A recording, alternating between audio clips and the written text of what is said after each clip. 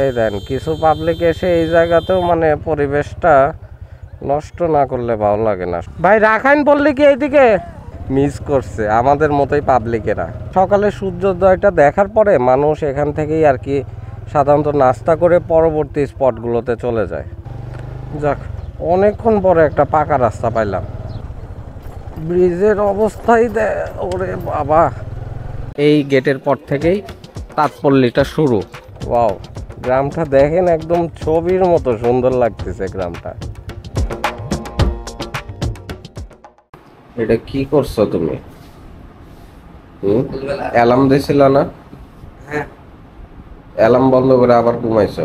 বন্ধ করলে কয়টা বাজে দেখো? অ্যালার্ম দেওয়া ছিল 4:50, এখন বাজে 5:54। সূর্য কি আমাদের জন্য অপেক্ষায় আছে যে আমরা উঠবো তারপরে যাবে? মনে হয় না পসিবল। আমরা ঘুম থেকে উঠতে লেট করে ফেলছি। এখন ভাই ভাগ্যে না থাকলে কিছু করার নাই। এখন গিয়ে মনে হয় না আর কিছু হবে, কারণ যারা সূর্যোদয় দেখে তারা অন্ধকার থাকতে থাকতে বের হয়ে যায় 4:30 5টার মধ্যে। এখন তো আলো ফুটে গেছে, 6টা মনে হয় প্রায় বাজে। যেটা দেখতে পারি সেটাই আপনাদেরকে দেখাবো। আর এই নিয়ে আসলে মন খারাপ করে কিছু নাই। এই যে একটা আফসোস থেকে গেল না, নেক্সট টাইম দেখা যাবে যে এইটা দেখার জন্য আসবো কুয়াকাটায়। এই যে যারা বাইক নিয়ে ফিরছে এখন, এরা সবাই সূর্যোদয় দেখেই ফিরছে। গতকালকে পশ্চিম সাইডে সব কিছু দেখছি যা যা দেখাচ্ছিল, আজকে দেখব পূর্ব সাইড। এই দুই ভাগে আর কি সবাই ভাগ করে নেবেন। প্রথম দিন দেখবেন পশ্চিম সাইড, সেকেন্ড দিন দেখবেন হচ্ছে পূর্ব সাইড। ওই যে সূর্য, মানে কষ্ট করে আর খুব বেশি দূরে যাওয়া লাগলো না। এই যে দেখা যাচ্ছে সূর্য দেখেন উঠে গেছে, ওই যে। আর গাড়িগুলো ওই যে এই পাশ দিয়ে নামে, এই পাশ দিয়ে নেমে আর কি বিচের পাড় দিয়ে সবাই চলে যায়। সূর্যোদয় তো মিস করে ফেলছি, ঘুম থেকে উঠতে দেরি করছি। এখন কই যাব কোন তো? রাখাইন বললে। আর এমনি ওই যে গঙ্গামতির পাড়েই তো সবাই যায় সূর্যোদয় দেখার জন্য। তো চলেন এখন গঙ্গামতির চরের দিকে যাই। বাবা, বাইক মাঝে মাঝে এমন স্লিপ করে, ভয় লাগে। এই সামনে একটু রাস্তাটা দেখে আসো, এদিক দিয়ে ওঠা যাবে কিনা। আসলে এইটাই ভালো লাগে। দেখেন, আমরা একই সমুদ্র পাড় থেকে সূর্যাস্ত দেখছি গতকাল, আজকে সূর্যোদয় যদিও মিস করছি, তারপরে সূর্যোদয় তো দেখা যায়। এটা কি সূর্যোদয় মিস করছেন? তো প্রথমে ভাবছিলাম যে আমরাই মনে হয় সূর্যোদয় দেখা মিস করছি, এখন পরে দেখি যে আমাদের মতো আরও অনেকেই সূর্যোদয় মিস করে ফেলছে। তো এই যে অটোগুলো যাচ্ছে, এই অটোওয়ালা ভাইদের সাথে গতকালকে কথা বলছিলাম, তারা প্রতিটা স্পট ঘোরানোর জন্য 120 টাকা করে চার্জ নেয়। এখন আপনি যে কয়টা স্পট ঘুরবেন সেই অনুপাতে তারা চার্জ নির্ধারণ করবে। আর বাইকের ক্ষেত্রে 800-1000 টাকা এরকম পড়ে, 400-500 টাকাতেও ঘোরা যায়। এটা অ্যাকচুয়ালি ডিপেন্ড করে আপনি কয়টা স্পট ঘুরবেন তার উপরে। যারা সকালে সূর্যোদয় বাইকে দেখবেন, বাইকওয়ালা ভাইদের সাথে আগের দিন কথা বলে রাখবেন, তাহলে পরের দিন আপনি যে হোটেলে থাকবেন সেই হোটেল থেকে একদম ভোরবেলা আপনাকে পিক করে ওনারা নিয়ে আসবে সূর্যোদয় দেখানোর জন্য। এই গাছগুলো আসলে মারা গেছে নাকি গাছগুলো এরকম বুঝতেছি না।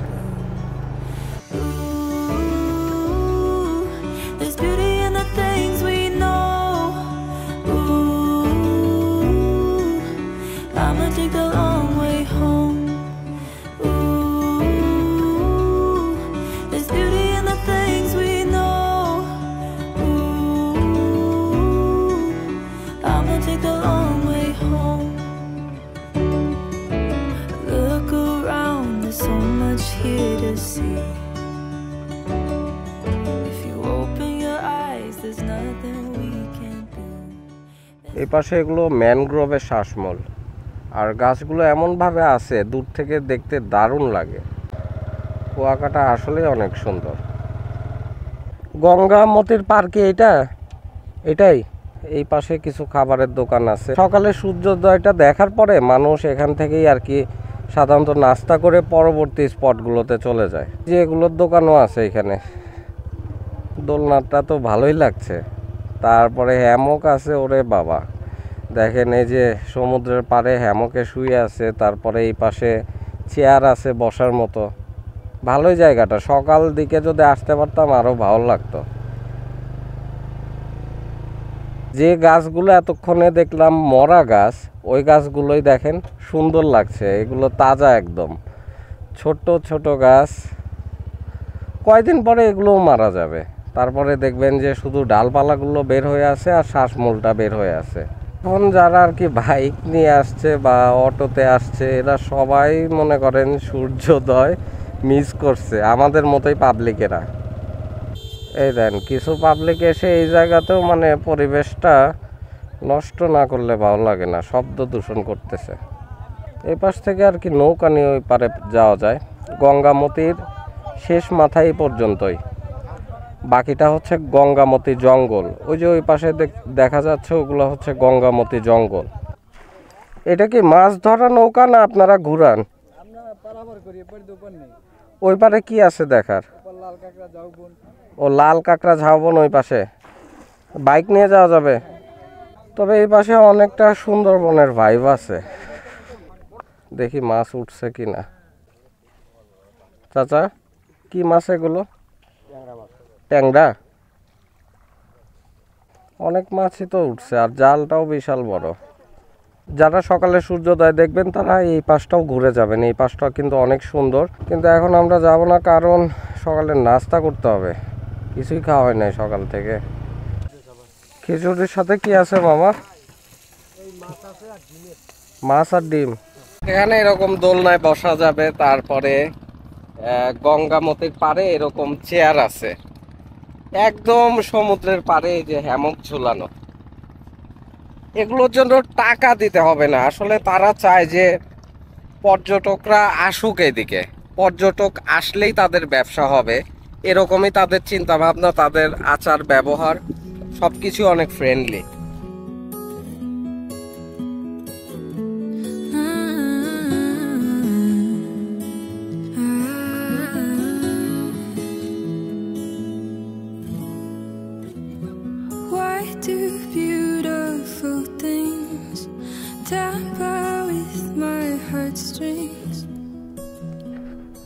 রাখাইন পল্লীটা কোন দিকে? রাস্তার অবস্থা তেমন একটা ভালো না, আর এদিকে কাউকে পাচ্ছি না জিজ্ঞাসা করার মতো, আসলে সঠিক রাস্তায় আছে কিনা এটা বুঝতে পারছি না এখনো। এখানে গাড়ির চাকার অনেক দাগ দেখা যাচ্ছে, আশা করি রাস্তা ভুল হচ্ছে না, তবে রাস্তার অবস্থা খুবই খারাপ। ভাই রাখাইন পল্লী কি এইদিকে? যাক, ঠিক রাস্তাতেই আছি। সামনে গিয়ে বললো যে ডান দিকে যাইতে হবে। হ্যাঁ আচ্ছা, যাক অনেকক্ষণ পরে একটা পাকা রাস্তা পাইলাম, খুব সম্ভবত কাছেই চলে আসছে, আর বেশি দূরে তো হওয়ার কথা না। আর আমার ওই সামনের বাইকটা খুব সম্ভবত রাখাইন পল্লীতেই যাচ্ছে। পাকা রাস্তা পায় যে কি শান্তি লাগতেছে রে ভাই। ব্রিজ পাইলাম, ব্রিজের পরে আর কতখানি যাওয়া লাগবে? অনেকখানি ভিতরে, যতটা কাছে ভাবছিলাম অতটা না। ব্রিজের অবস্থাই ওরে বাবা, ব্রিজের মাঝখানে আবার পিলার দেয়া, উঠতে আর নামতে। এই কাঁচা রাস্তা ধরে আগাবো, আর কোনো দিকে ডাইনে বামে যাওয়া লাগবে? হ্যাঁ পাকার পর হ্যাঁ গাড়ির মানুষজনের অভাব। আচ্ছা,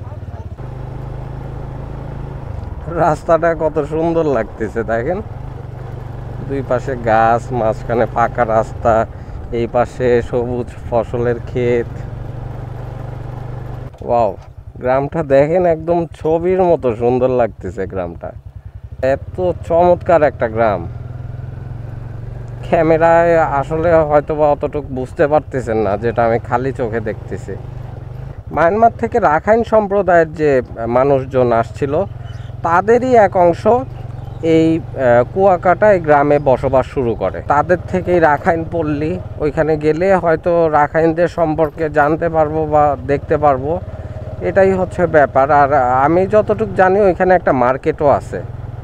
রাস্তা কিন্তু কম না, ভিতরে এই যে এরকম কাঁচা রাস্তা, কুয়াকাটায় যারা আসলে একদিনের জন্য ভ্রমণে আসেন, আমি বলবো যে ওইভাবে আসার থেকে না আসাই ভালো।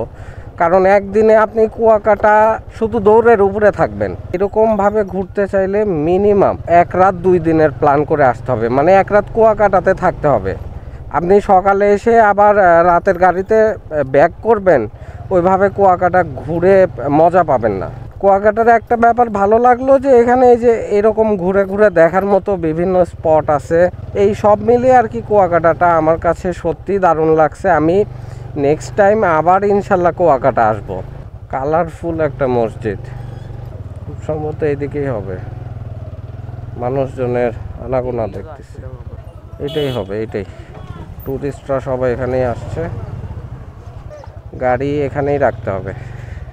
এই পাশটায় বেশ কিছু খাবারের দোকান আছে। আর এই যে গেটটা দেখতে পাচ্ছেন, এখানে লেখা আছে ঐতিহ্যবাহী মিস্ত্রিপাড়া রাখাইন তাঁতপল্লী। তো রাখাইন তাঁতপল্লী হচ্ছে এটাই, এই গেটের পর থেকেই তাঁতপল্লীটা শুরু। আর এইখানে এই যে বিভিন্ন এরকম দোকানপাট আছে, তাঁতের সব রাখাইনদের তৈরি।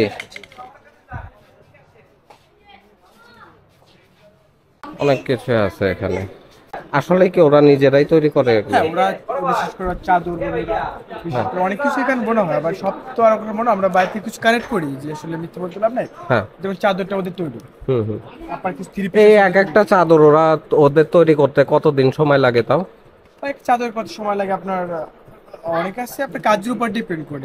কাজের অনেক আছে একদিন লাগে, কেউ আছে একদিনে 2-3টে তৈরি করতে পারে। চাদর আছে আপনার হাতে কাজ করা, যেমন সেলাইটা হাতে করা আছে, পুরাটাই হাতে না? হাতে কাজ করা।